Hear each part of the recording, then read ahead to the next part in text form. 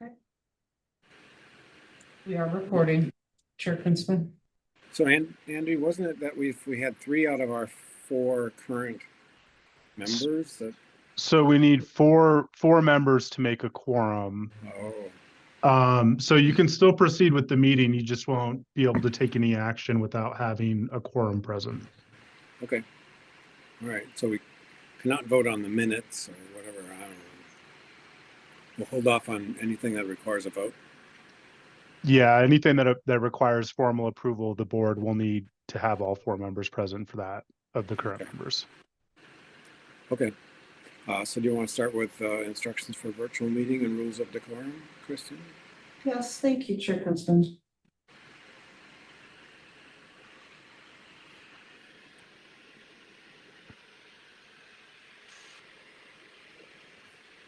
Good afternoon. Public participation at the Cannabis Licensing and Advisory Board meeting. The city is engaged with community members to co-create a vision for productive, meaningful, and inclusive civic conversations. This vision supports physical and emotional safety for community members, staff, and board and commission members, as well as democracy for people of all ages, identities, lived experiences, and political perspectives. More about this vision and the project's community engagement process can be found at the web link on your screen. The following are examples of rules of decorum found in the Boulder Revised Code and other guidelines that support this vision. These will be upheld during this meeting.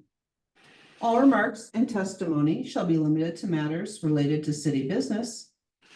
No participant shall make threats or use other forms of intimidation against any person. Obscenity, racial epithets, and other speech and behavior that disrupts or otherwise impedes the ability to conduct the meeting are prohibited. Participants are required to sign up to speak using the name they are commonly known by, and individuals must display their whole name before being allowed to speak online. Currently, only audio testimony is permitted online. Okay. You want to do a roll call? Certainly.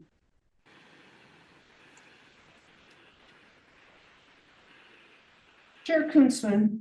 Present. Member Foster. Here. Member Noble.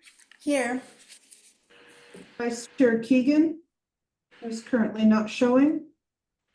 And we do have ex officio member DiCarlo, correct? Present. Yep. Okay. As noted previously, ex officio member DiCarlo's term has ended, but he is elected to stay on to provide additional comments as necessary. We will be moving past the approval of the Cannabis Licensing Advisory Board meeting minutes from January 6, 2025, and past the special meeting minutes from May 5th, 2025, in hopes of getting a quorum later. Agenda item number 2, general public comments for the board. General public comments are for comments for items that are not found on the agenda for today. If you wish to speak for general public comment as to things that are not on the agenda today, we ask that you please use the raise your hand feature, which can be found at the bottom of your screen. If you wish to speak for general public comment, you'll be limited to 3 minutes, where I will share the 3-minute Google timer on screen. If you wish to make public comment, please raise your hand now.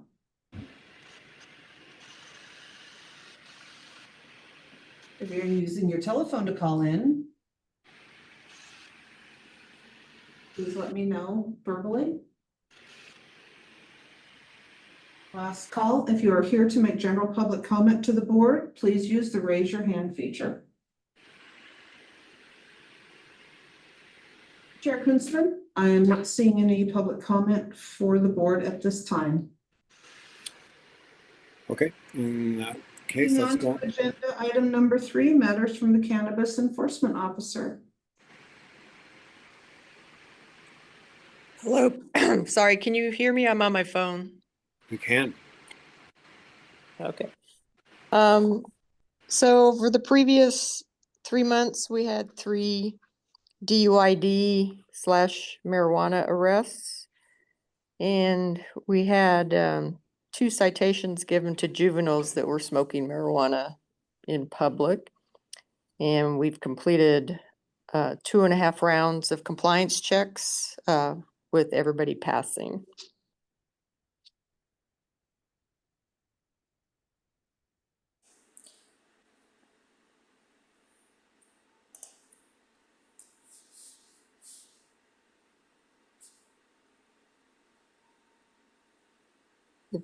If you're talking to me, I can't hear anything. I'm sorry, I'm mute. Adam, sorry, go ahead. Hey, thank you. I was just wondering if you had any data from the Fish concert yet, if that seemed to go smoothly, or if it's a little too early to say in terms of, processing everything that the different agencies were dealing with in connection with the concert. Yeah, we're still doing a tally on everything from the agencies. What we ran into wasn't any issues with marijuana, but with selling the helium Oh, or balloons. the nitrous, that Yep. gas stuff. Yeah. Yeah, we Which made quite a few of those arrests. So. good for you. I think I don't like that stuff, but that's neither here nor there. But good job with that. I don't think that's good stuff. Yeah. Yeah. And Robin? Thanks, officer, for being here. On the 3 DUID arrests, can you give us an update? Because it's been so long since we talked about that. And I just wonder if roadside things have changed, or how is it still a blood draw after you take people in, or what's the process look like? Yeah, if it's suspected DUID, they try to see if a DRE expert is on, and they give a particular set of testing. And then it is a blood draw because they have to do the tox screen to see the level. Okay.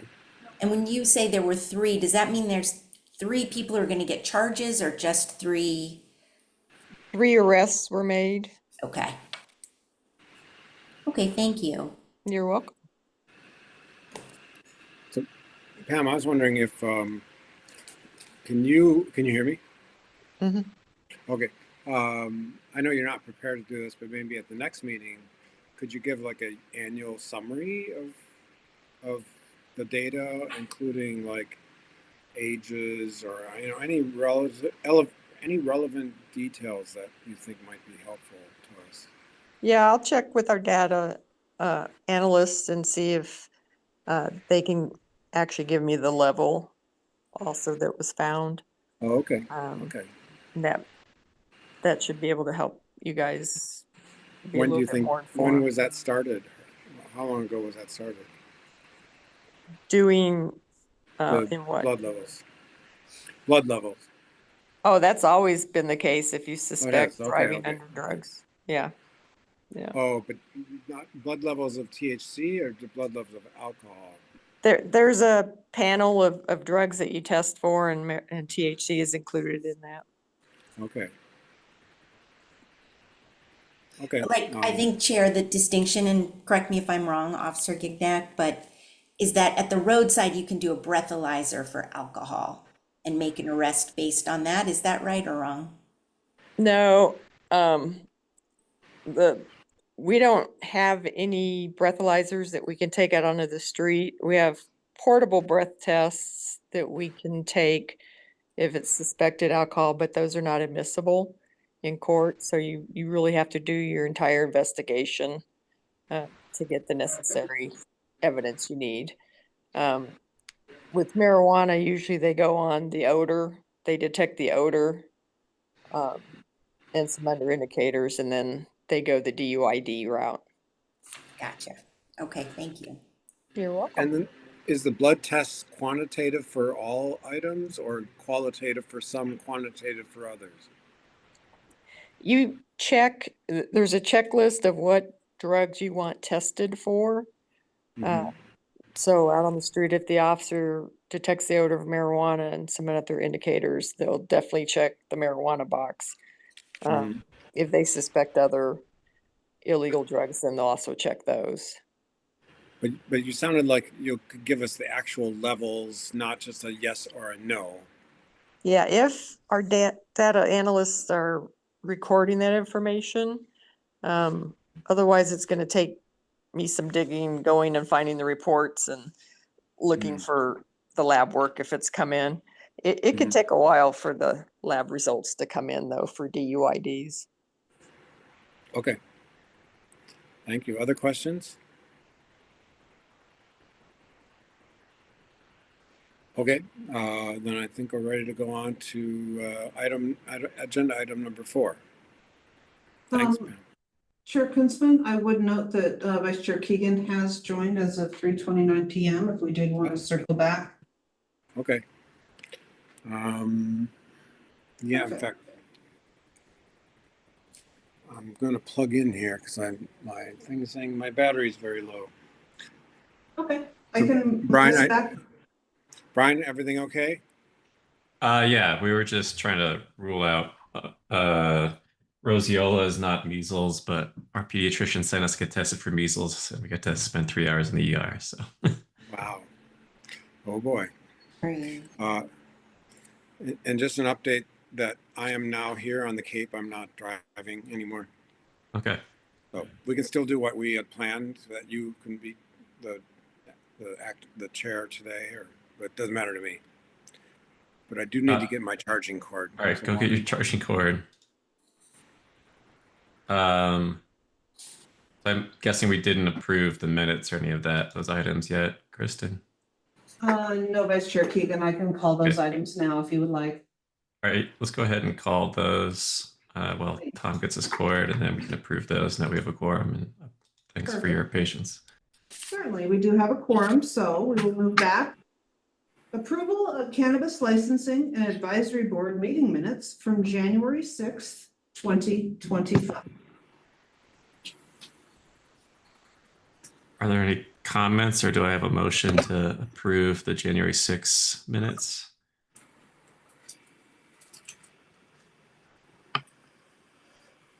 Motion to approve. Your motion from Tom. All right, motion from Tom, second from Adam. Do we need to do a formal roll call, or can we just aye or nay it? You can do a verbal yea or nay. Everyone in favor of approving the Cannabis Licensing Advisory Board minutes from January 6, 2025? Aye. Aye. Aye. Any nays? Any abstentions? I think that passed with 4 in attendance. Passes unanimously. The next is approval of Cannabis Licensing and Advisory Board special meeting minutes from May 5th, 2025. Are there any comments on these minutes? Do I have a motion to approve the minutes for May 5, 2025 special meeting? So moved. Do I have a second? I'll second. I have a motion from Adam, Member Foster, and a second from Member Noble. All in favor? Aye. Aye. Aye. All opposed? All abstaining? That motion passes 4-0. Thank you, board. Unanimous. And just to catch you up, Vice Chair Keegan, we did run general public comment from the board. There were none. And then you came in at the tail end matters of the cannabis enforcement officer. So I will continue on with our agenda. That will be agenda item number 4, continued policy suggestions. Policy suggestion form from iComply LLC regarding proposed changes to the Boulder Revised Code, section 6.14.2 and 6.16.2 with the CLAB recommendations for local cannabis cultivation as submitted by the subcommittee dated 3/24 of 2025.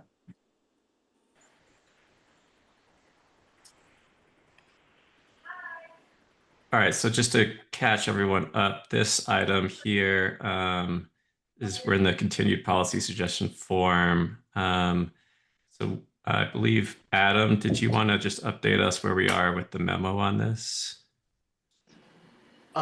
Sure, I sure could. So, and this was kind of a a while ago because we didn't have the standard April meeting.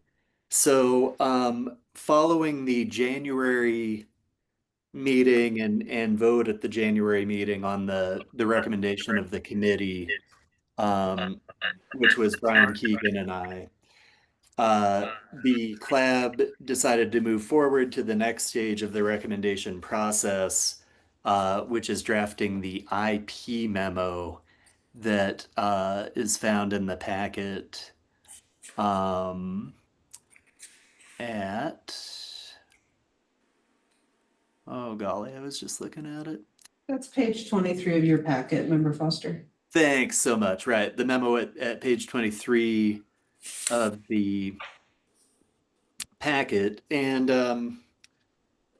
I think, that memo is pretty good and complete. It substantively has a lot of overlap with the initial memo that the committee prepared to the board, but it is a little bit of a different format in terms of this memo that would move forward to council.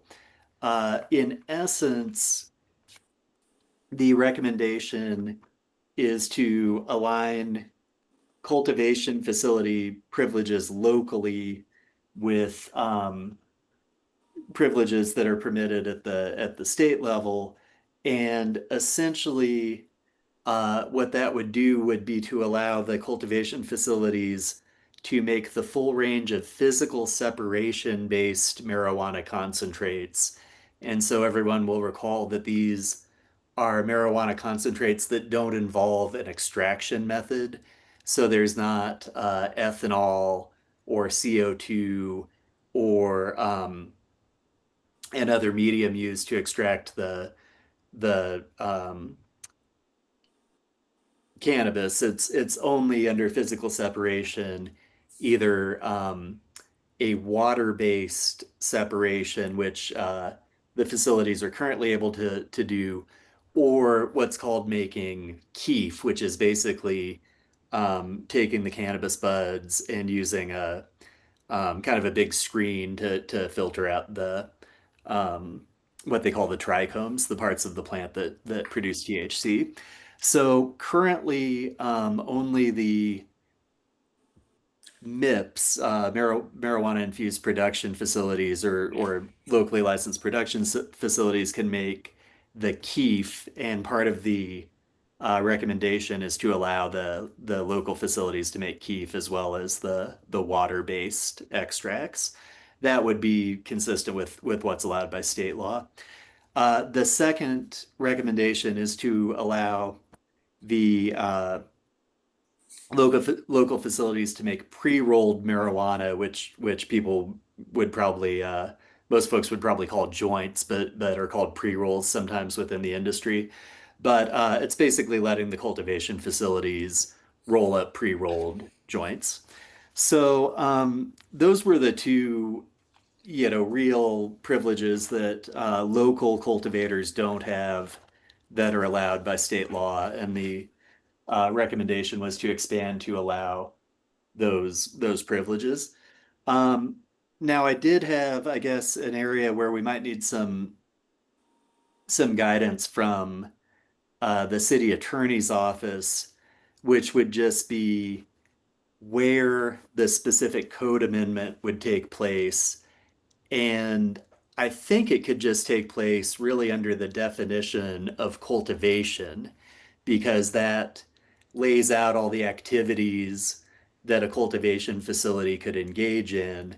And, I believe that if it was specified that cultivation includes making physical separation based concentrates, including the water-based separation, and that it includes making pre-rolled marijuana. Now, I think the state definition of pre-rolled marijuana from the Marijuana Enforcement Division rules is where I would suggest that we look, just to keep it consistent, would then need to be added probably too, so that you have a specific definition in there. Although I think we have a different, section with the code of the code that in effect says everyone always has to obey state law. And, if there's not a specific local, provision, then basically state law will kind of fill in the gaps. So, I don't think that widespread revisions would really be required. And in my view, probably just looking at the definition of cultivation would do it. But again, I, would defer to the city attorney's office on that point. Thank you. Thanks, Adam.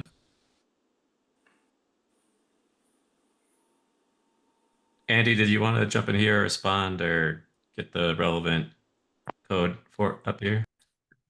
Yeah, I'm just sitting in for your real counsel, Roberto. So I think, just in terms of process, I think you could probably, if the board was so inclined to approve this to move forward, just within the motion, authorize us to work with, probably Adam and you, Brian, to, think about how that BRC language should be built in within the ordinance change itself that goes to council. So, and I'd like to ask my colleague Riwa for any thoughts she might have if has any additional thoughts.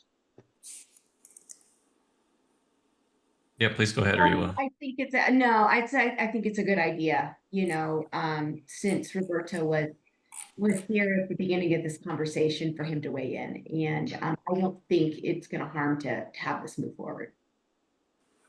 Okay, so just keeping the board and the audience, we are currently on step 4 of the policy suggestion form process. So we've just presented our analysis to the board. And so we want to deliberate whether we want to add this change to the next information packet memorandum to council. And so I guess, is there any discussion that we want to have before taking a motion to have Adam, myself, and staff work together to come up with the relevant statutory language? Andy, go ahead. Are you on step 4, or are you? Is that right? Just to make sure and I have not been here at meetings, but because it looks like you've already drafted the IP memorandum, and so is there intent to have a third collab meeting that actually approves it to move forward, or that's just for my edification? I think we might be at step 6, but okay, thanks for this. Because we did go by the IP.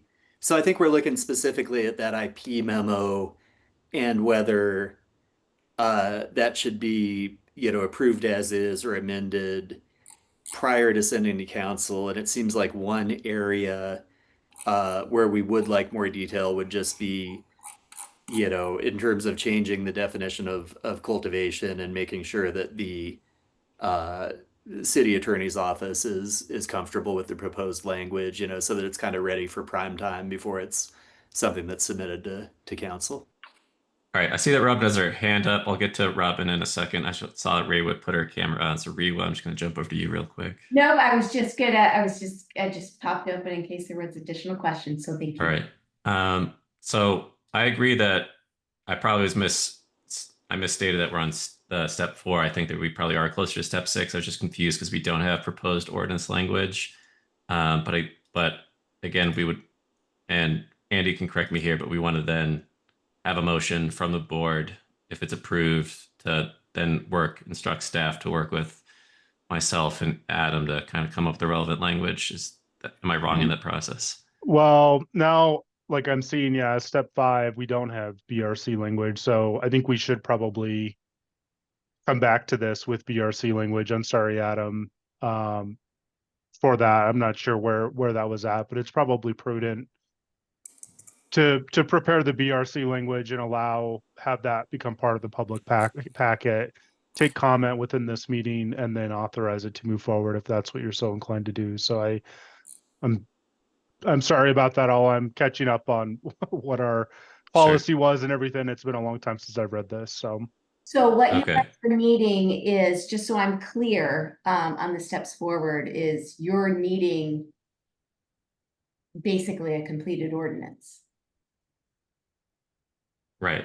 Draft, Draft ordinance. Okay. Robin, I see your hand. I recognize you.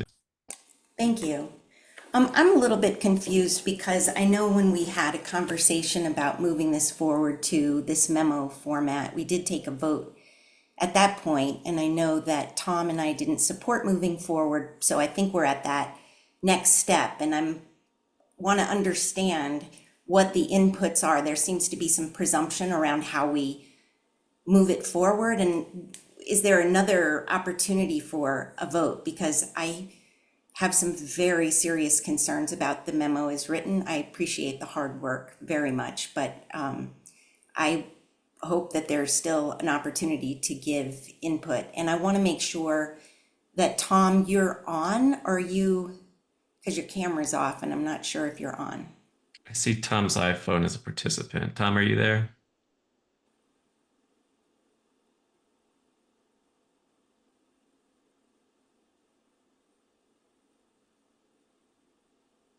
Hi, sorry.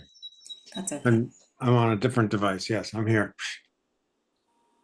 Okay, so I won't launch into my comments unless this is the right time, unless we're doing that, or can you talk again? I want to understand the process. Because I don't know if we're at step 5 or step 7, or, but, and where does the board weigh in? So I'll return back to again, we presented our analysis to the board. We haven't taken public comment, but I guess at this stage we can deliberate whether or not to add the proposed change to the next IP packet, or not to add the proposed change. And at that, if there is a successful motion to add the proposed change, then we would work with staff to come up with the language. Adam, is that? Brooke, Go ahead, can I- Andy. Sorry, can I jump in? Yeah, I just think because your process includes the policy suggestion form process has as 5 the preparation of ordinance language, and that's that step 5 before we get to step 6. I really think you all should just let the city attorney's office take a whack at that ordinance language before you move to that step 6, and approve this formally. So I'm sorry about that again. I missed that in that first part, but I think that step 5 contemplates the ordinance language, and I just hate to be presumptuous based upon the memo that's been presented in our discussion as to what that ordinance language might be, because there might be discussion that the board or the public wants to have about the actual ordinance language. So, sorry to derail that process. All right, so let's assume we're back at step 4. CLAD presents its analysis to the board. We didn't provide notice for it to be able to take public comment on this, but I think the board can still deliberate about whether or not we want to move forward with this change. And so, again, just give Adam, go ahead. Sorry. So we had step 4, right? There was a 4-2 vote. We have completed step 4. Step 4 is done. We're now I'm pretty sure, let me just reread this, but we're now at step 5 because see, step 4, second CLAB meeting, right? That was the initial memo that the committee had prepared that we reviewed and discussed in great detail. And then there was a vote whether to move forward to the IP memo phase. That was a 4-2 vote in favor of moving forward to the IP memo phase. So the issue, I guess, as far as whether we're ready to move forward to step 6 is the lack of proposed ordinance language. So I would suggest that we're at step 5. It sounds like the city attorney's office would like to weigh in on proposed ordinance language. And, I do think it probably would make sense for the same committee of Brian and I that drafted the step 4 memo to work with the city attorney's office on that language. And then, I see what Andy was saying that I thought we were at step 6, but maybe we're not until we actually have that proposed ordinance language. So I guess now I would tend to agree that we're at step 5. All right, Robin. So in other words, if Adam is right, we would have another chance to discuss if we have the staff write out ordinance language, We would discuss and revise as needed, then formally approve, and I'm assuming or disapprove the language to be added to the IP memorandum to council in step 6. Yeah, yep, you'll go back and take a vote on the formal language of the memorandum and the ordinance language. So, and that'll include discussion and the opportunity for additional public comment on that. So, And to vote on whether or not it goes forward to council. Yeah.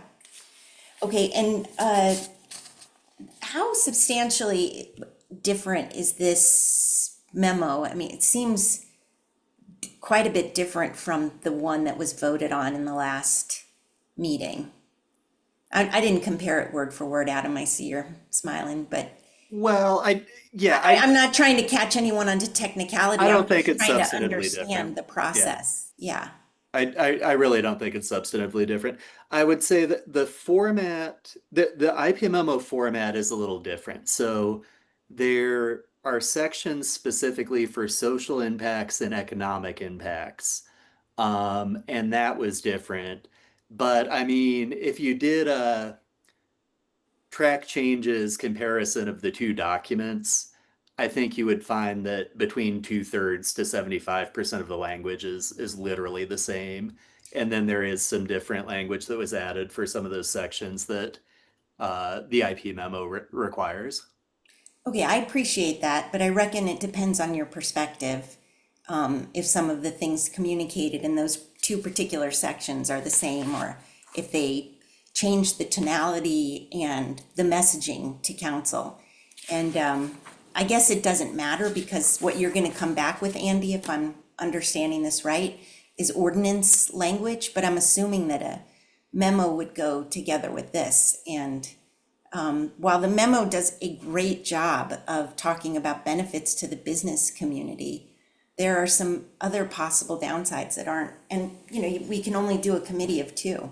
So I don't know how we would cover off on the other part of our mission, which is health and safety. And some people on the board also feel that local control allows us to regulate marijuana according to Boulder's values, and that these two changes are not in alignment. It's not just aligning with the state code. I know that that's a big benefit to business, but there's a reason that the original statute was written to give local communities local control. And that's not expressed in this memo either. So to put this forward from CLAB as a whole with a lot of things that some of us really don't agree with, I'm really uncomfortable with that. And I also think it's the wrong direction for us in general.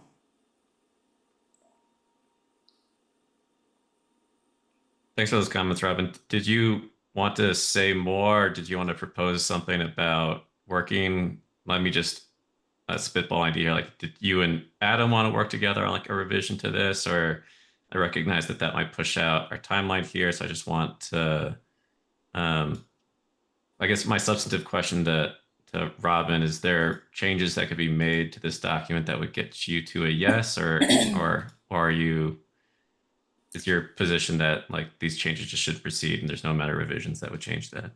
That would be my preference, but if it's moving forward, I would like the opportunity to, similar to the social consumption document, to provide the cons.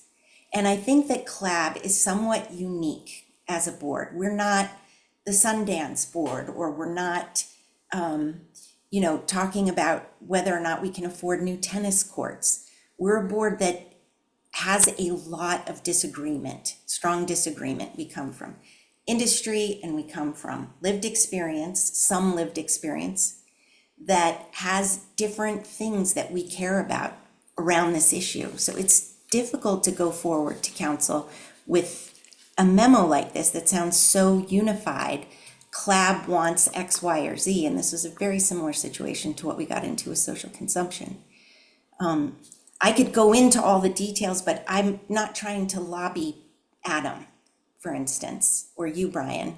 I appreciate your work on this. We see it differently, and there are other things that I care about that are not in this memo. So I can't be a part of CLAB in submitting this with a good conscience, that doesn't feel right to me. I appreciate your consideration of where I'm coming from, but you know, if it's just a matter of if it's a vote and we got the votes and too bad, I guess that's the way it is, but I'd like to work on it a little differently and provide a full picture of what my concerns are. And I don't want to speak for Tom, so Tom, I'll stop talking. Go All ahead. right. Thank you, Robin. Tom, go ahead.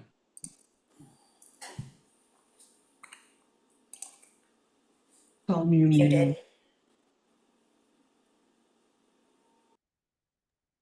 Okay, sorry about that. My first item is a question, and I think the question is for Andy and or Rewa and or Kristen. Is there actually even a vote today? Or is there a next step as prescribed in the process? What is the next step as prescribed in the process? The process contemplates, so what I gather, and again, I'm going off of memory and what our policy says, which is that I think the board realized that there would be significant work that would need to go into preparing an information packet. And so we split up that voting process. So there was the first meeting to present it and review the consideration, the second meeting to decide whether to pursue an information packet, and then the third meeting should be the final meeting in which things are actually approved. And that should be met with all of the IP memorandum language and all of the ordinance language so that we can have a discussion about what's actually being put forth before council, right? So that would, I think that's what would be ideal, is to have everything formalized and ready to vote on it, to approve it for sending to council. There is, you know, I'm not sure how the board has done this in the past, but I think you could have that with revisions occurring as part of the meeting, but you probably want to have a lot of that revised before you come into the meeting, just for efficiency purposes. So I think that's what is contemplated by the policy and number 6, and why kind of what Adam was saying earlier, that we're probably still in step 5 and need to get the BRC language. So I don't think this is ready for a vote yet. So is everybody, Rewa and every staff, you agree with Andy's assessment of that? Okay. And Adam, are you in agreement with Andy's summary of that? Yeah, I think that's right. I mean, I think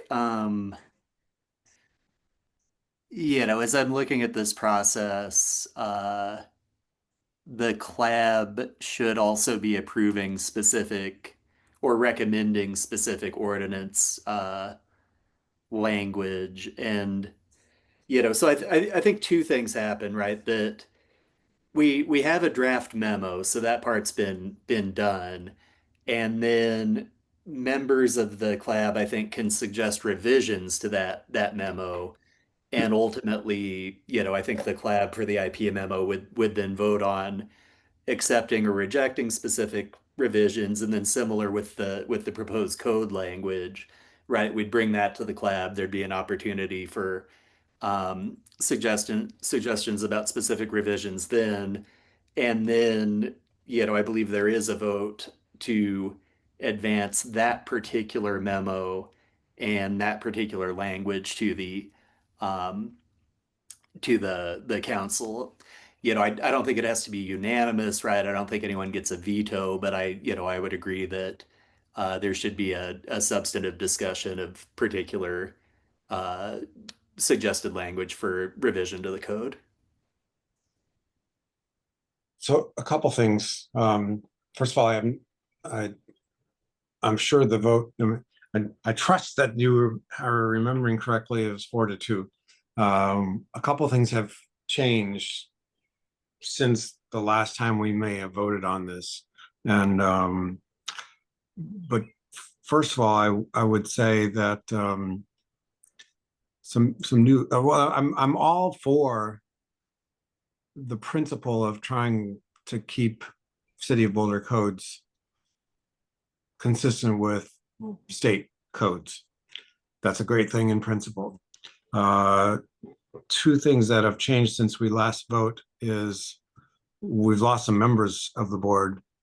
And so as Robin alluded to, the vote right now might be 2-2, which means I'd have to ask Andy what that means in terms of whether something goes forward to city council or not. If it's 2-2,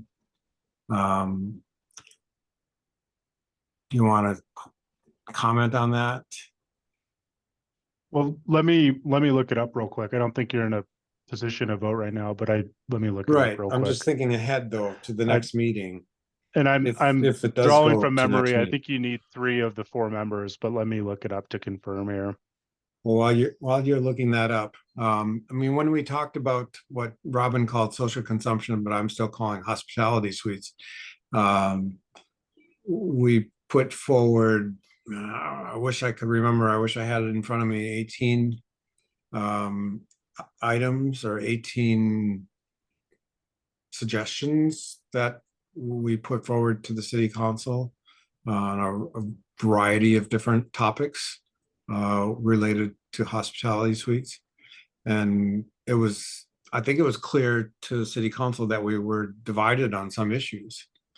And we gave them our votes and let them then decide what they wanted to do. And at this point in time, they had tabled it.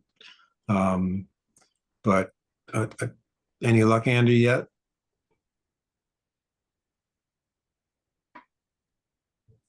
So it's an affirmative vote of the majority of the members present. So I don't think you'd have an affirmative vote of the majority if we're at a split board with 2 out of 4. Right. I think it's got to be 51% or more with the quorum. Yeah. Well, another thing that has, besides the what's the word I'm looking for? I'm blocking on the word, the constellation of our board, or The construction of our board. the number of members that we have right now, and there's something else that has come to light in the past 2 months, actually, that THC or cannabis there's been some medical studies that have shown that THC is not as innocent or laissez-faire, or there's more risks associated with it than were previously believed. Just in general, people used to feel like, well, it's safer than alcohol, but maybe it's not actually. I mean, there's the recent studies that I wish we had been able to submit it so we could put it in the packet for today, but there's a study from May of 2025 from the Journal of American College of Cardiology that shows a 6 times higher risk of heart attack in those under the age of 50 cannabis users, and the cannabis users were the average age of 26. So it wasn't an older population, and stroke risk was 4 times as high as it was in the general population. And so all the doctors I know are talking about this in terms of it's not a benign drug, and it is, even relatively speaking, less benign than previously thought. And so I'm hesitant to move anything forward without good deliberation, I guess.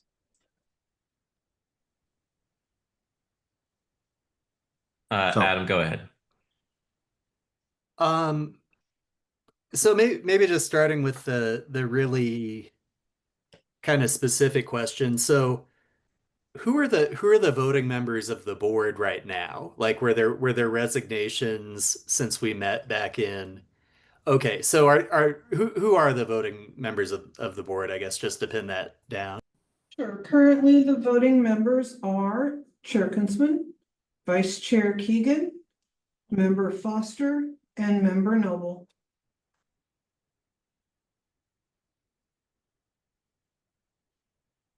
I'll take this opportunity to remind our attendees that the chat should only be used for technical issues, and there is no comment at this time. Thank you, Kristen. Adam, did you only have that single point on the current voting members, or do you have another point? Well, I guess the other one might be, it could be, I guess it could be relevant to code language, or the updated memo. Um, Maybe I guess, Chair Kunstman, I wasn't following maybe the chain of argument there, as far as, so if there's a new study indicating that cannabis might have worse cardiac effects than previous studies had indicated. I guess for me, I wasn't immediately linking that up with what we're doing in the memo, and whether local cultivation privileges should be aligned with the state privileges. Maybe I wasn't seeing the link between those two things. Well, I guess, in the city of Boulder, I was thinking about this all day, or actually for the past few days, and I'm like, how much of this is personal responsibility? How much is this responsibility of the municipality of Boulder? I mean, by moving anything forward, I wouldn't say that we're encouraging things, but we're not discouraging them either. I guess I'm just suggesting that everything we do might need to have a new spotlight, or a new way of looking at things.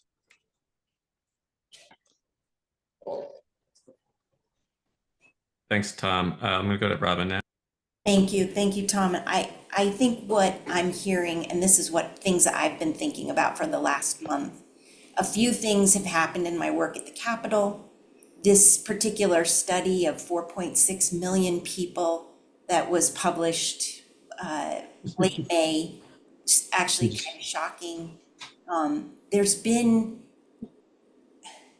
feel like there's going to be a tipping point, and to me, this looks so much like cigarettes and tobacco and less like alcohol. And just to give you an example, and I know we're not debating this memo right now, but I think, try to give voice to something that I'm trying to communicate, and something I think I'm hearing from Chair Kuntzman, is that if we amp up production of pre-rolls, a smoked product, I just wonder if you said to the city of Boulder right now, let's start making more cigarettes, if that would align with our values. And I would say, no, it doesn't. This community really values science and data and health and wellness. And to change a status quo when we don't need to, other than for the benefit of industry, to increase production of a product very similar to cigarettes, is what we're starting to hear in terms of some health impacts. To me, just it doesn't make any sense. It's the wrong direction. And I would say something very similar about concentrates. The industry, the concentrates are causing really serious harm and problems. And you may not have that perspective. And regular users who enjoy these products with no problems may not have that perspective. But more and more and more studies and data and anecdotes. We were on the phone, this was a legislative call last week, with a psychiatrist who was talking about a different bill. And at the end of the call, she said to the senator, listen, you've got to get what's happening in our offices as psychiatrists and psychologists is shocking. Users of concentrates are really having psychological problems. And so I would just encourage everyone on the board to start having those conversations. Because there, again, I think there's going to be a tipping point, kind of like tobacco. And the expansion that you all are proposing here, I just don't think it makes sense. I think the status quo, you know, I voted with this board to say no to outlawing all concentrates in the city of Boulder. I knew that that was unrealistic. It doesn't make sense at this point.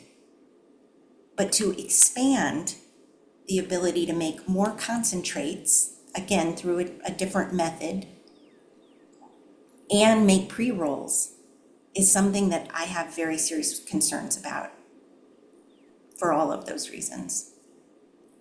All right, thank you, Member Noble. I'm going to try to tie this discussion up here. So again, if we are at step 5, there is no vote to happens here at step 5. I think that vote and those discussions that we're having now would happen at the 3rd CLAB meeting. I'll also just note as a point that we received this policy suggestion form September 11th, 2024, and our next CLAB meeting would likely be in September 2025.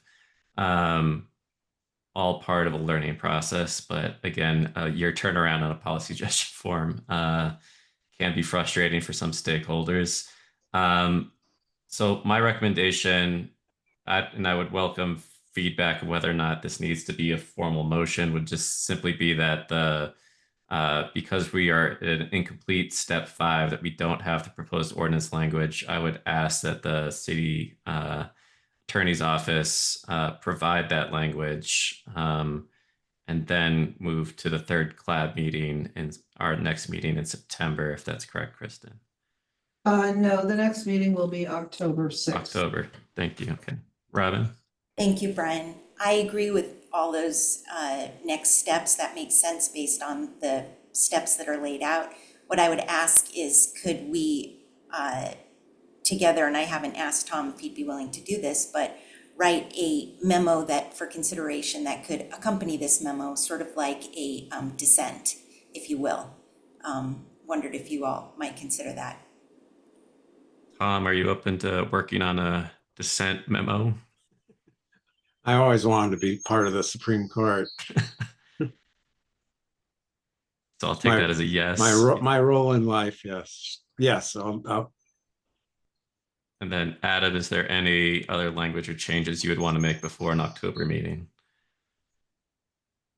I would just want to maybe be able to speak with the city attorney's office about the proposed language prior to that, so that we can save some time. But you know, certainly if Robin and Tom want to write a different memo, you know, more power to them. But you know, I do think I'd be happy to meet with you know, either Andy or Roberto from the city attorney's office and just talk a little bit about those specific revisions, so that we can keep the ball rolling between now and the next meeting. Over a year to have, you know, an up or down vote on whether this is going to go to council on a policy suggestion just does seem like an awful long time to me. So if there's things that we can do to make that move forward more quickly, I'd be happy to help out with that. And you know, I think the specific thing is maybe sitting down with the attorney's office in the meantime. Is there any objection from the attorney's office to a meeting with Andy?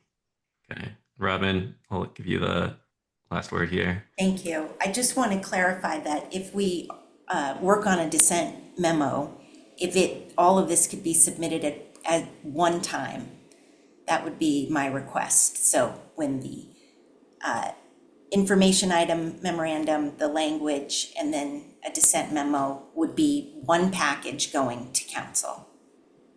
That's my understanding. Okay. Is that your understanding, Andy and Riwa? Yeah, I would. I am concerned about the length of all of this, and part of this board's function is to consolidate public input and consideration and provide expertise. I think I'd like to think about that some more and talk to Roberto about that. Um, yeah, All right, so I think just closing out this agenda item, um, just establishing that Robin and Tom will work on a dissent memo that could be included modulo or sort of contingent on no objection from the city attorney's office. And then Adam will meet with Andy to look at specific legislative language. And then at that October meeting, we will be on step 6 to discuss the proposed IP memorandum ordinance language, discuss and revise as needed, and to formally approve or not approve to forwarding this to council. Anyone have a different understanding?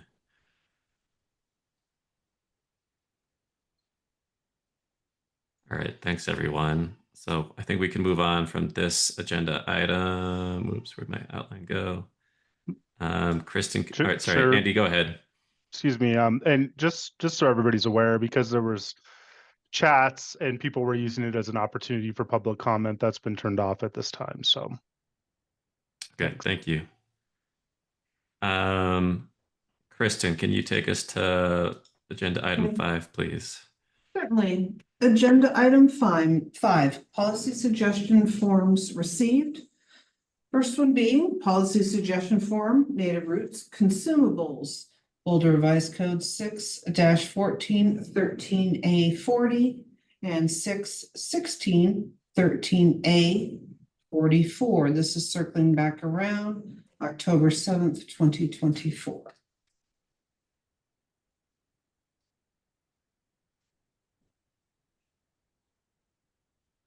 So just remind me, this is here we go again. What step are we on? So this is agenda item 5. 5.1. Right, so this is page 31 of your packet. This has to do with the distribution of consumable product other than bottled water that is not cannabis or cannabis infused product. All right, so this is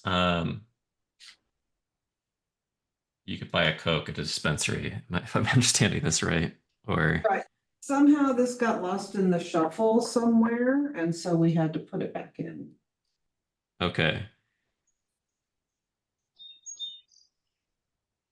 So again, this is the MED is stricken as prohibition. Are there other board members want to make so just where we are in our process? Yeah, so. So this is an intake in our first collab meeting.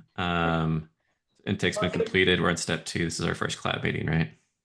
Correct. So we did receive it. It was in a meeting, but it got tabled and it is circling its way back around.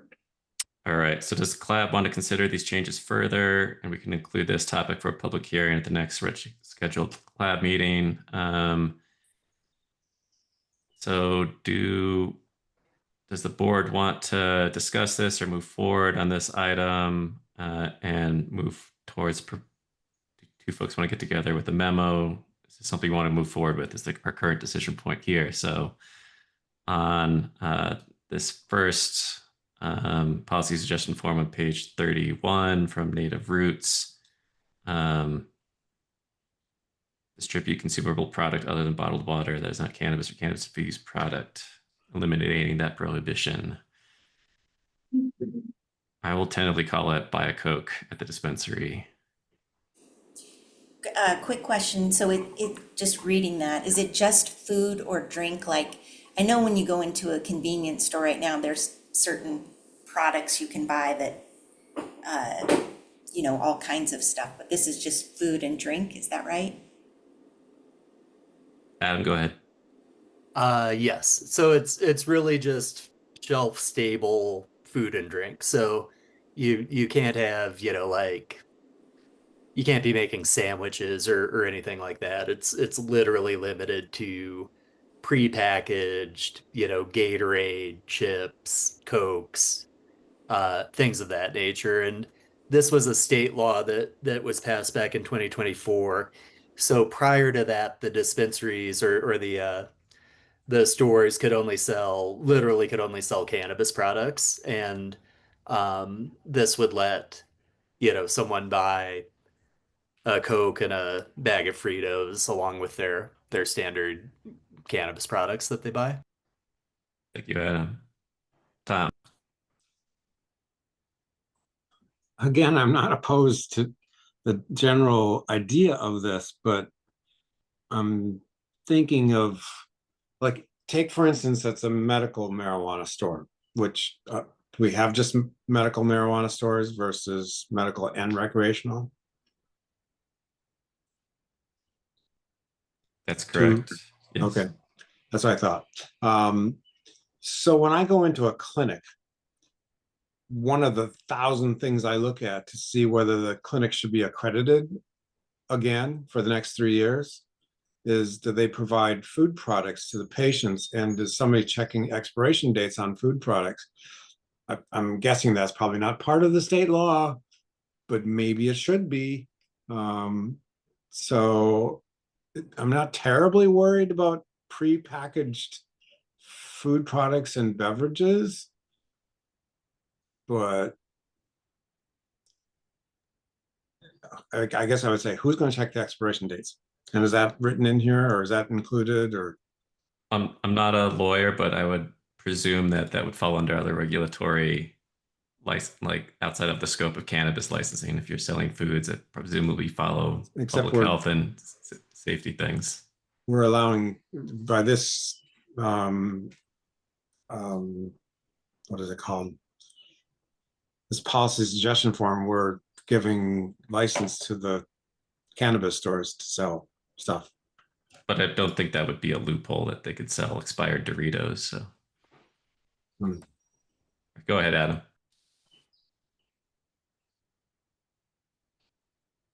I beg your pardon. I just forgot to lower my hand. I do think that's regulated, obviously by other parts of the state. I think there's infrastructure in place already to deal with checking the expiration dates and things of that nature.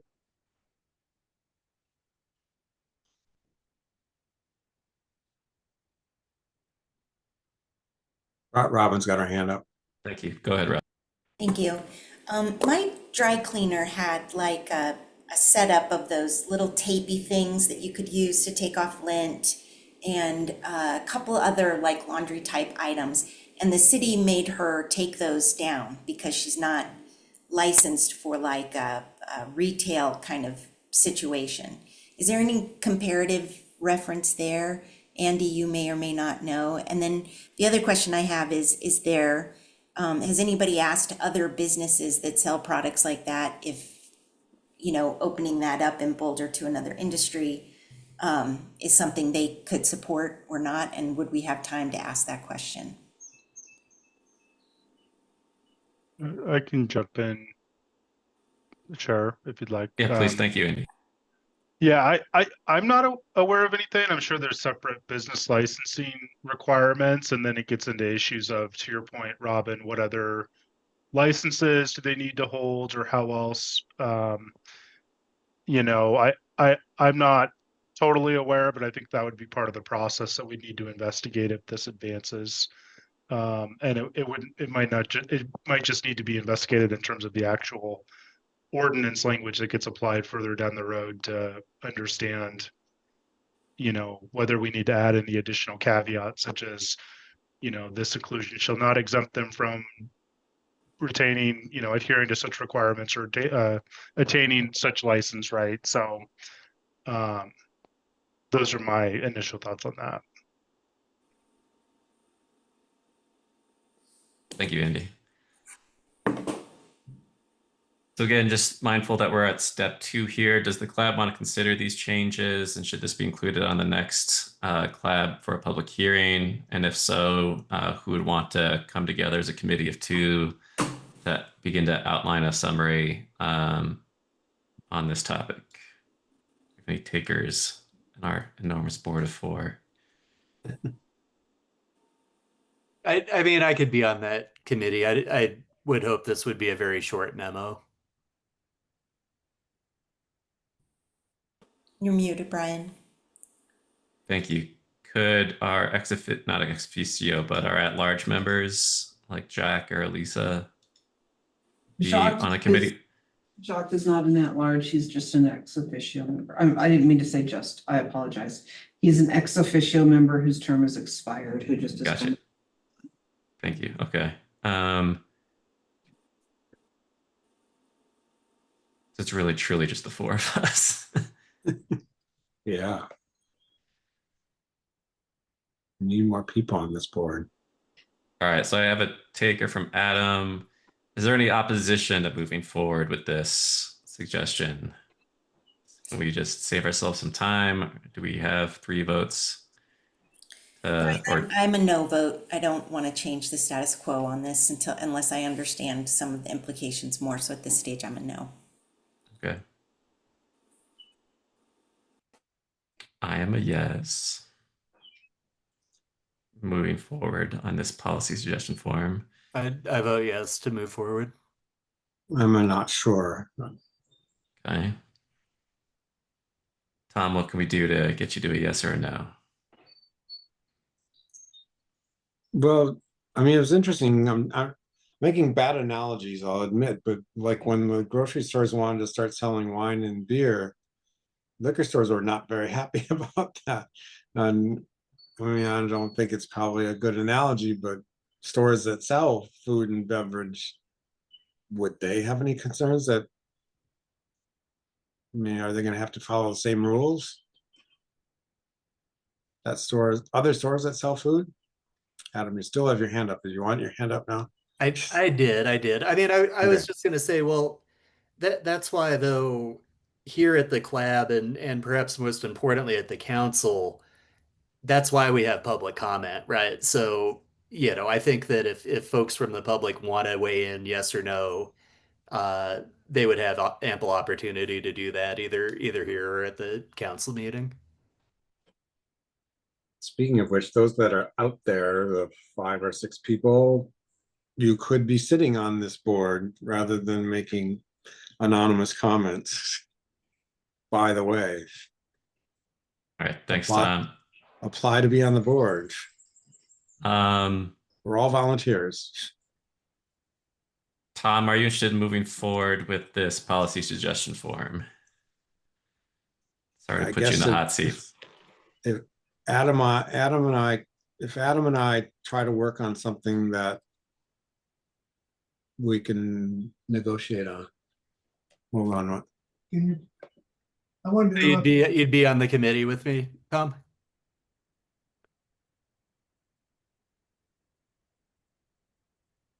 Oh, sorry, I think you got muted again. Oh, hey, Tom, it looks like you're muted again. He's Okay. just talking to somebody else. Got it.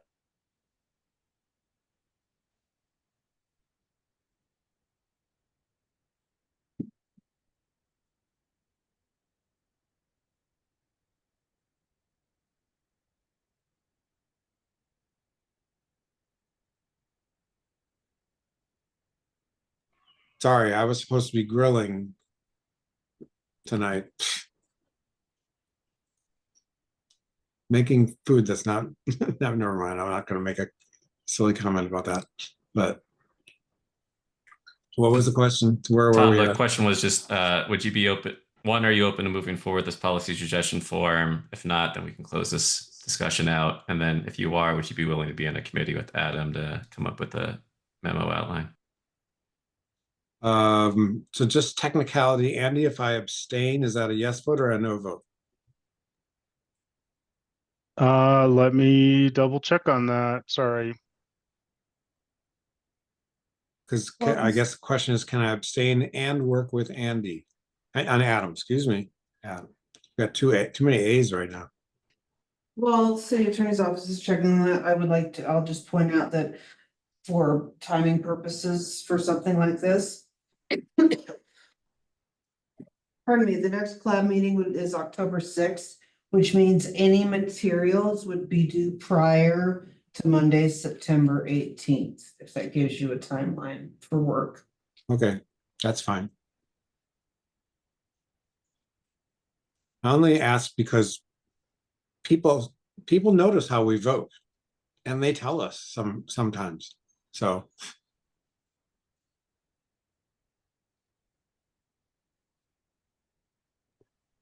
Sorry, I gotta find our rules here real quick.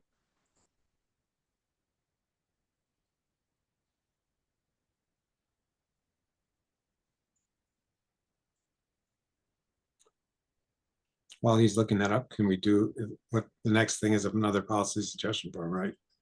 Right. So Yes, we have two more after this. Yeah.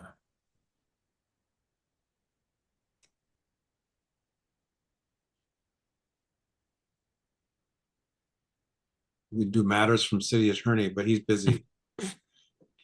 So by default under the BRC, if a member or a commission is present at a meeting and refuses to vote, the member's vote shall be recorded in the affirmative. So I think an abstention is a refusal to vote. So Really? They don't allow an abstention? what if you had a conflict of interest and you would abstain? Yeah, let me double check this. Sorry. Well, that's what I always thought. You're just confirming what I thought is true, which is abstinence.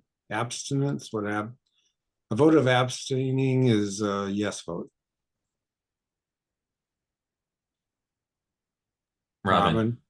Is it possible for you to vote no, Tom, and then still dig into the idea with Adam and bring it back with more context and information, but not, sort of start the process of Well, formal response? I think if there's a no vote, it just doesn't move forward, though, right? I believe if there's no vote, it's done. Yeah. So, I mean, we can do a formal roll call here, but I think as it stands, if Tom voted no, this policy suggestion dies unless it gets resubmitted. So, Yeah. And if Andy says it's abstain vote is regarded as a positive vote, then I'd be willing to work with Adam on this.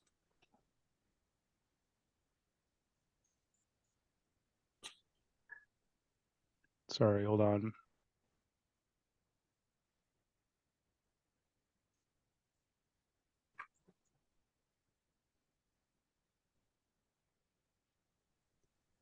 Yeah, I'm just seeing restrictions on refusing to vote or abstaining from voting on minutes in which you weren't in attendance at.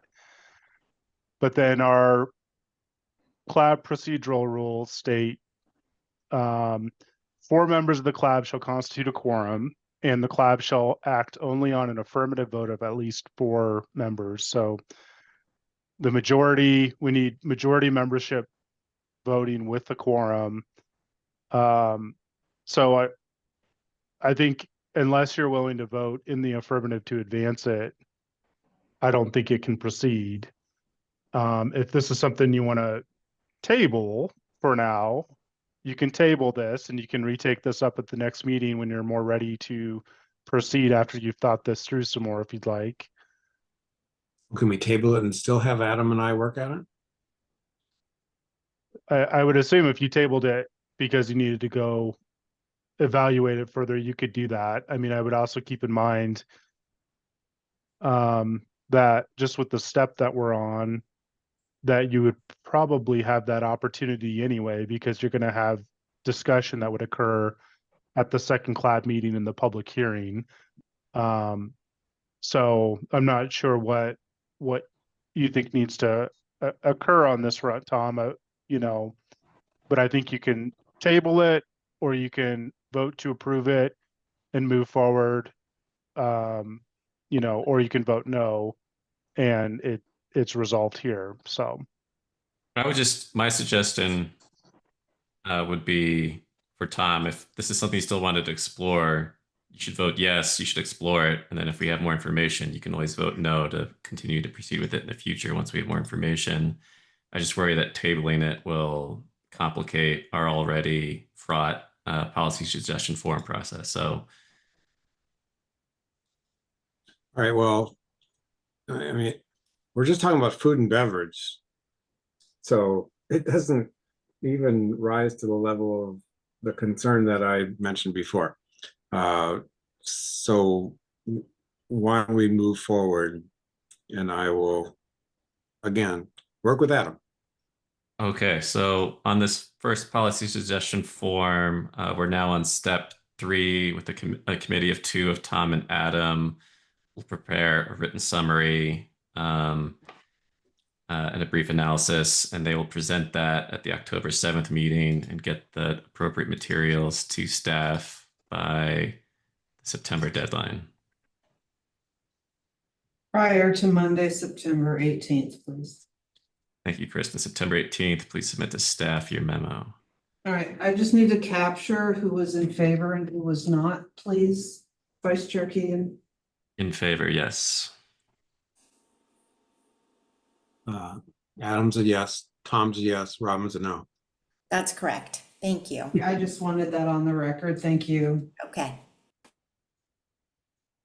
All right, so that ends. So we're closing out step 2 of the policy suggestion form on our first policy suggestion. Any other discussion on this before we move on to the next policy suggestion form? Kristen, please take us to the next policy suggestion form. Thank you. Policy suggestion form from Native Roots regarding the Boulder Police Department transfer emails, section M of Boulder Revised Code 614.8 and section M of Boulder Revised Code 616.8. This is again one from 10/7/24. It started the process but then dropped off, so we are circling back to it. This one begins on page 34 of your packet. Okay, so we've completed step 1. We're now in step 2. This is the first collab meeting discussing this policy suggestion form. So the action item before us, do we want to consider these changes in this policy suggestion form further? Is there discussion before we want to move forward or not move forward with this policy suggestion form? Open to the board to discuss moving forward or not moving forward. Robin. Thank you, Chair. I think I would have loved to have heard from Pam on this. She's not here, but I'd be willing to support going forward if I could potentially work with her to understand and bring back a brief summary of what this change would mean. Thank you, Robin. Adam. I think it'd be worthwhile to hear back from Pam on that. I agree with that. The state mandates use of Metric, which is a tracking software, METRC, and every physical kind of transportation of cannabis from a licensed facility to another licensed facility has to be logged and tracked in this state level database already, and that has to be done before the transfer occurs. There used to be a whole bunch of physical paperwork that you had to take with you, and I think they eliminated that requirement because no one was ever using these papers, and it was just generating more papers and more waste.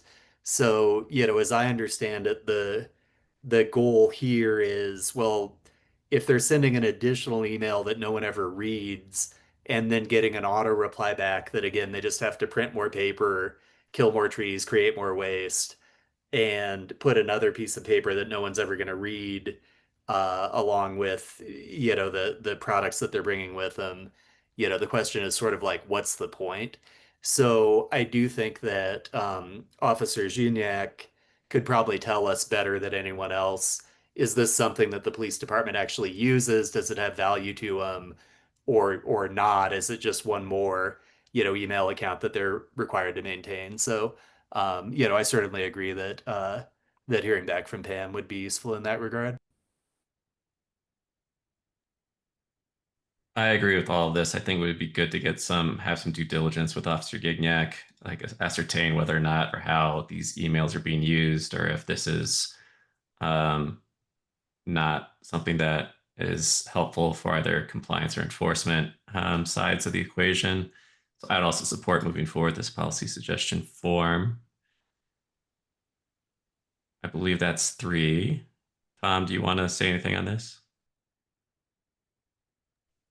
This just seems like silly. Like, that doesn't seem like even merits further discussion. I agree with Adam on this one that, I mean, why not? Let's just move this forward. Okay.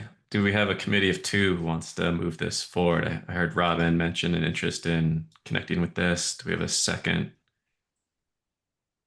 I'll work with Robin on this as well. So Robin and Brian will work together on the second policy suggestion form about the removing a requirement to submit an email to BPD for transfers originating in Boulder.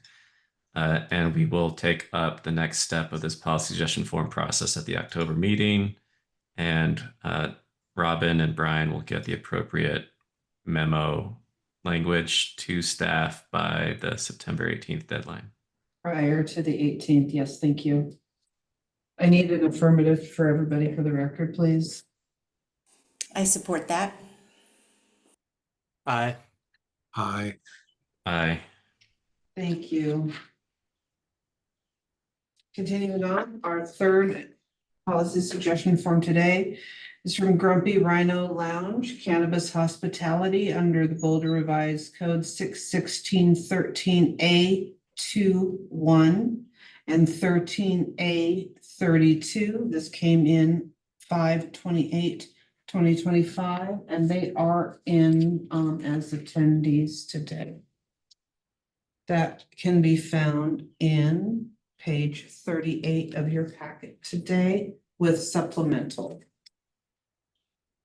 after the policy suggestion form. Got it. Thank you. First to the board, before we open this to other members of the community, any comments on this? Is there an appetite to proceed with this? Concerns? Do we want it? So again, on this third policy suggestion form, we are again at step 2. We received this from staff, and now we want to consider whether or not to proceed further in the process with this. And again, this is licensing hospitality businesses.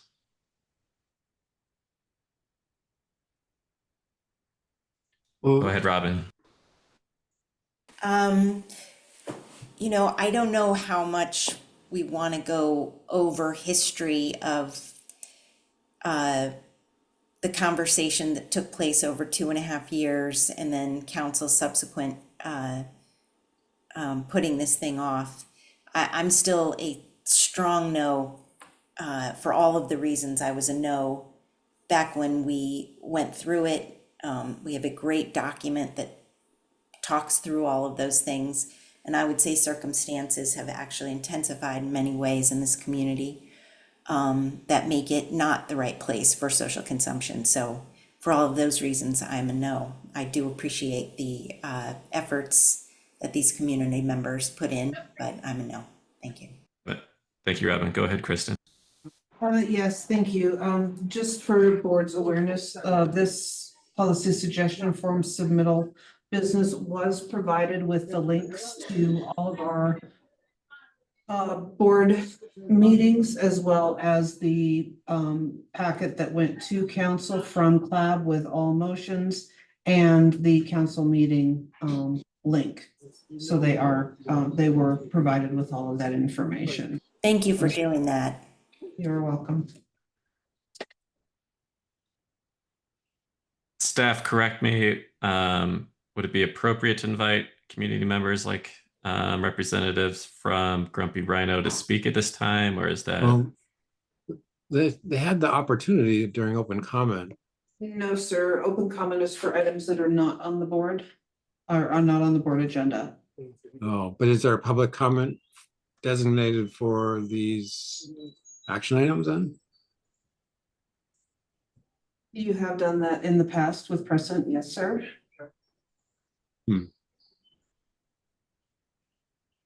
The city attorney's office would like to provide additional comments or would like to refute my previous comment, please do so. Well, if I would stick with whatever the board has done in the past at this stage of these. I mean, keep in mind that there is a public hearing that would be scheduled for it, so they'll have the opportunity to do that there. But if we've customarily allowed people to do public comment at this stage, let's do that here. So just as a straw poll, I would be interested again in revisiting this issue, recognizing that a previous council did not take this up when it was put before them. But I would be in favor of moving forward with this policy suggestion form. As a straw poll, can we get to 3? If people are maybes, would it be helpful to hear from these representatives to get to a yes or a no? In essence, it's already in front of the city council. The city council can decide to deliberate on this on their own. I guess, yeah, would be poking the bear. I guess we could just send something to city council in our prerogative as a board every meeting if we wanted to. You're right, Tom, that this was sent to the council. I would say a previous council. But we can keep sending it to them, I guess would be my argument. But that we would need a majority to move forward and follow this process to do that. Yeah, I guess I feel it's already in front of the council. And they have decided not to deliberate or go further on the topic at this point in time.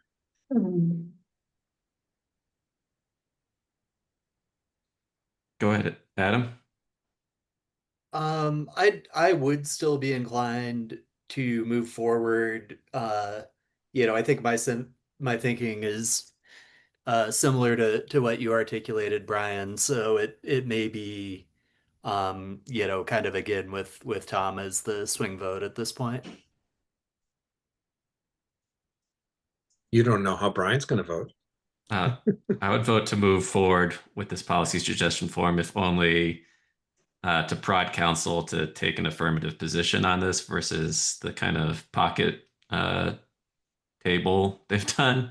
So I would want to preserve our board's discretion to engage council on these kinds of issues, given that we, as Member Noble emphasized, we spent 2.5 years on it.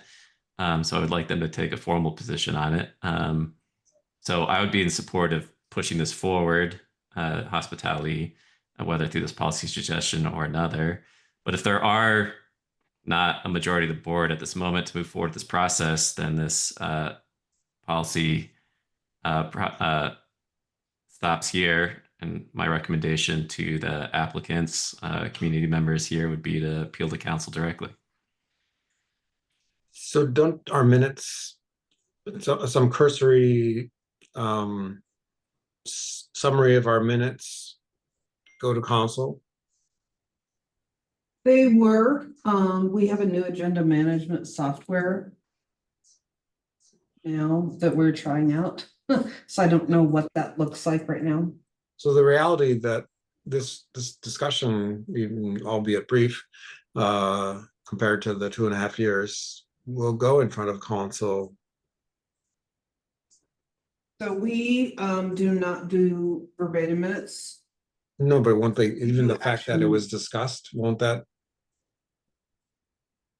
be available to city council? So it won't be in the detail that you think it will be, sir. We only do action minutes. It'll have the title of what it was, policy suggestion form, just like it is listed in your agenda.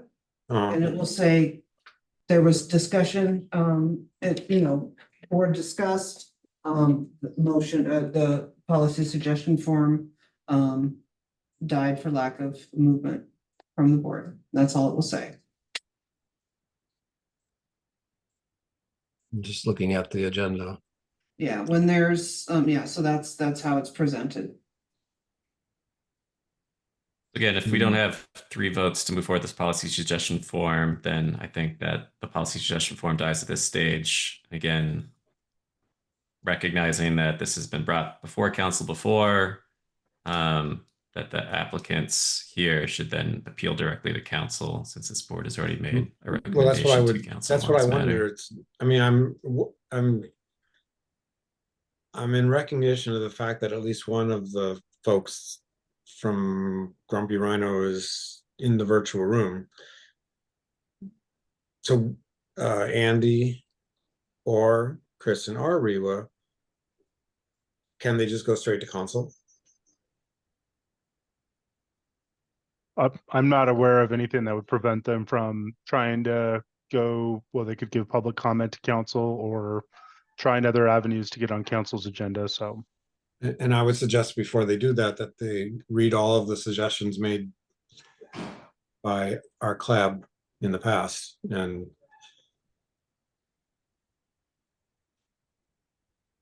be ready for. All right. So I guess to my prerogative chair and just recognizing that we've got a member from here in the audience, that I'll give 3 minutes to Brooke Anderson to make a case here, since they've been patient. And also we've given this privilege to other members of the community in the past. So Kristen, could you please give Ms. Anderson 3 minutes?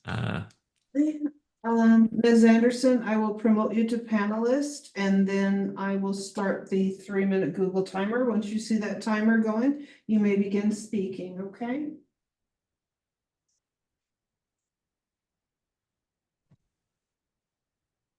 And you can unmute yourself, please. I don't want to start the timer too soon. Okay, let's see. One moment, let me start the timer. 1 moment, please. Okay. I'll share my screen.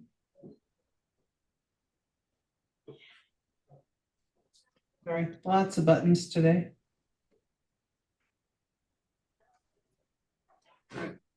Well, let me go back. It's just stopped itself. 1 minute.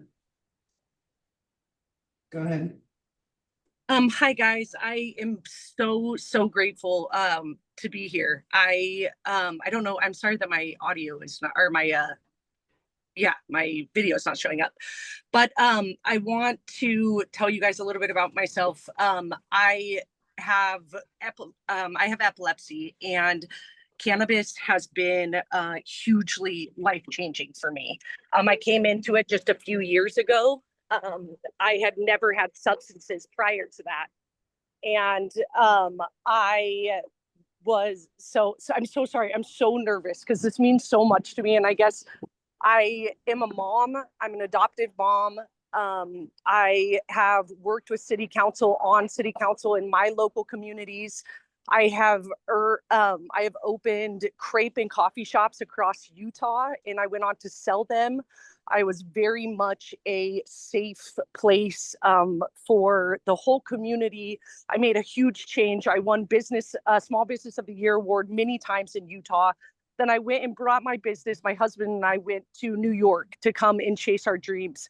And we came and brought our furniture here, and we've done exceptionally well and made a name for ourselves in the world of art. And it's been a huge life lesson. And today I'm actually on my drive back west. I'm moving my family back west in hopes of starting this business. My husband is teaching at University of Nebraska in architectural design, and my hope is that I will get the opportunity to work with Boulder. I was born and raised in Colorado, and my adult life I've spent time outside, but I'm ready to come back to my roots. And I care so much about Colorado. I have so much family there.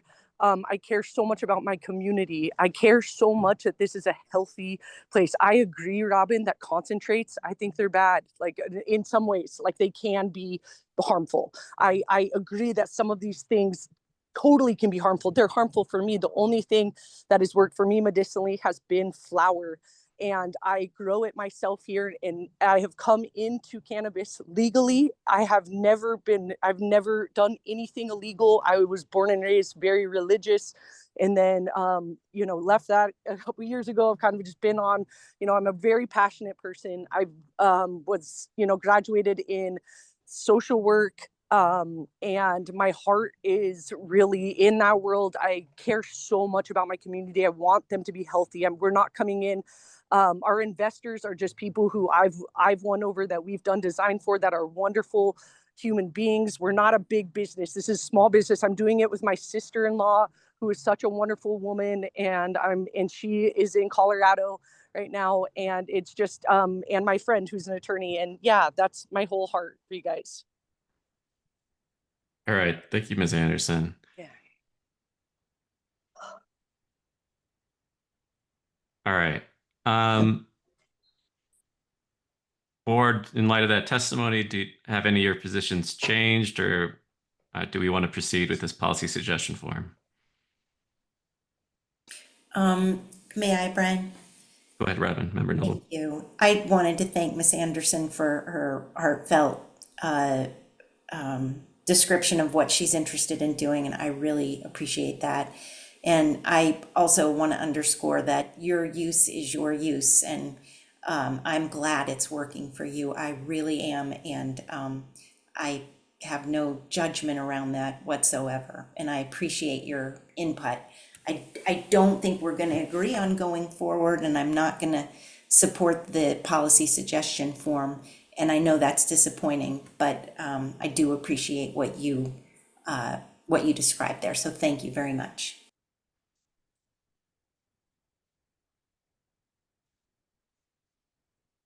Other members, or should I call a vote to yeas and nays for this policy suggestion form? Go ahead. Well, like Robin, I also appreciate everything you did and said, Ms. Anderson. As I don't know if you caught the moments just before this that we discussed that you can go straight to City Council. You don't need another vote from CLAB. It has been put in front of them. I'm trying to find the date exactly. It's somewhere around 2023, I believe. June 2023, maybe May 2023. And, they have a list of 18 recommendations that we deliberated on for 2.5 years. And so I'm hoping you looked or read all those before you do go to City Council, because, they're going to expect that somebody has, if they're going to try to encourage hospitality suites. And I also will vote no today, but that doesn't mean your process stops there. It's up to you if you want to take the process further. City Council already has these recommendations. Our blessing does not change that. So I wish you luck, and I'm sorry I can't support your this policy suggestion form at this time. Okay. And I guess just for the record, Member Foster, what would be your position on this? My position would be yes, or to move forward with the proposal. Then my position would also be a yes. So we have a yes from Keegan, a yes from Foster, a no from Kunzman, and a no from Noble on this third policy suggestion form. So this policy suggestion form will not be considered, and there will not be a committee of two formed for the October meeting here. So any further action you need or clarification, staff? Thank you. All right, Kristen, take us to the next agenda item, please. Certainly, agenda item number 6, matters from the city attorney. And I have nothing, thanks. Thank you. And continuing on, agenda item number 7, matters from the regulatory licensing office. The standard items are in your packet. The revenue sheet, as well as the list of currently licensed marijuana businesses.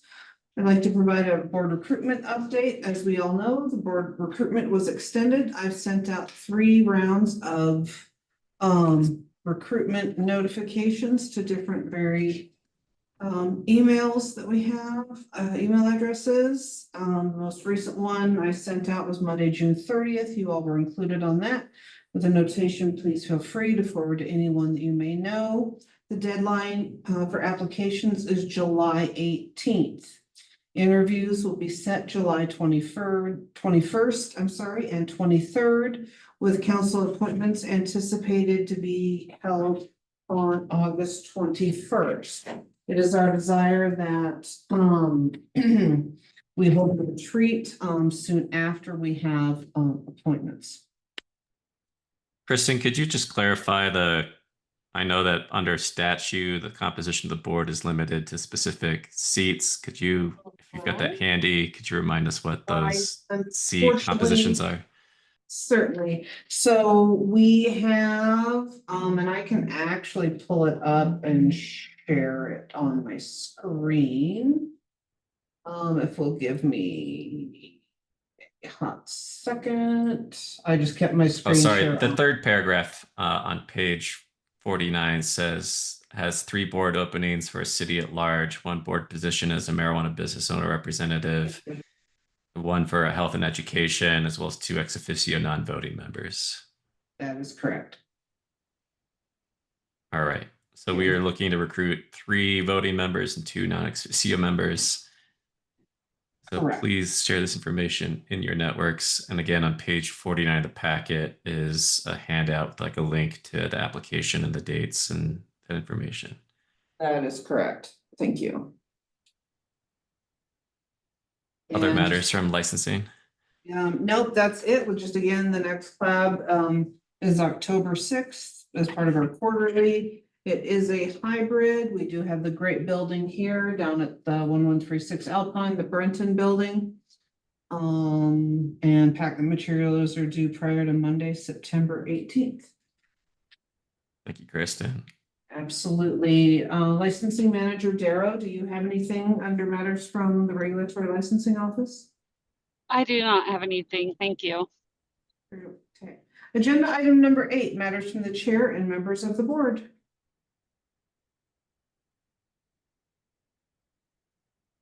I just wanted to share with the board my application for a sabbatical. I was approved by the CU Regents, so I will be in Boston, Massachusetts for the upcoming year. I will still be holding my residency and voter registration and car registration here in Colorado, so it's my intent to still remain on this board, but I will be remote for the 2025-2026 academic year. But I look forward to remaining engaged and participating in all of our meetings and our business as a board here. I'll just be doing that remotely. Congratulations, Brian. That sounds really interesting. You're going to be studying in Boston? Yeah, hopefully working on a book project at the Harvard Population Center. Outstanding. Congrats. Congratulations and good luck with the health issue of the day too. I think everyone who should be napping is napping. So, any other matters from chair, members of the board? Just one. I wanted to apologize for the board because I was trying to coordinate the CU researcher who I've mentioned before, who looks at air quality inside cannabis operations. And she really wants to come and speak with us, but we just kept crossing. And I wondered if we might be able to put in 15 to 30 minutes for her, 15 minutes for her to talk about the work she's doing and 15 minutes for the board to ask questions in an upcoming, if the October one works, I'm happy to try to coordinate that, Kristen, with you and her. But I want to make sure that's something the board thinks we'll have time for in that particular meeting, because it's adding up. I support that. Okay. Yeah. Staff, is there anything in the way of like licensing or the special quasi judicial kind of that we should expect coming down the pike? You never know what's gonna hit. Okay. 3 months away. Yeah. You never know, but we can definitely work that in somewhere. We're gonna have 2 public hearings, it looks like. But we can definitely make time for that. So Robin, just reach out to me and we'll kind of do a conversation. Just reach out to me with a couple times you're available for a quick 30-minute Teams meeting. We probably won't even need the full 30. I just want to make sure that I'm grasping everything. Okay.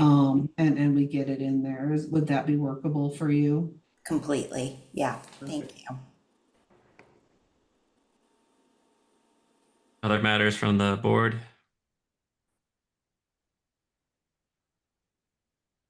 All right, I will entertain a motion to close our meeting. I'll move to close our meeting. Second. I have a motion from Robin and a second from Tom.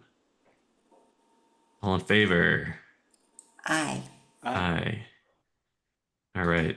This meeting is closed. I apologize again for missing the first few minutes here. Thank you, staff. I only heard 2 ayes. I can't do a raised hand. Please note that the Oh, vision aye. impaired do listen. Thank you. Aye. Aye. Right. Thank you. We Thank are you. adjourned at 5:06 p.m. All right. Thank you, staff. Thank you, board members. Thanks, Andy, for stepping in. Bye-bye. Sure thing. Bye.